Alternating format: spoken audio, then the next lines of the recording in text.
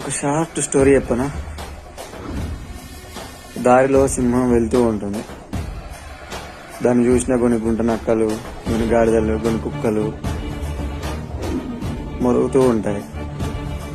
అయినా సింహం అదే పట్టించుకోకుండా తన దారిన తను వెళ్ళిపోతూ ఉంటుంది. అలాగని మురిగేవన్నీ బలమైనవని కాదు, సింహం బలహీనమైనవని కాదు. అదే సింహం వెనుదిరిగి ఒక్కసారి పంజా విసిరి గాంధిస్తే ఎలా ఉంటుందో వాటికి తెలుసు. ఇక్కడ వచ్చేసి ఒకటి టైం, రెండోది సింహానికి తెలుసు దాని విలువ ఏంటో.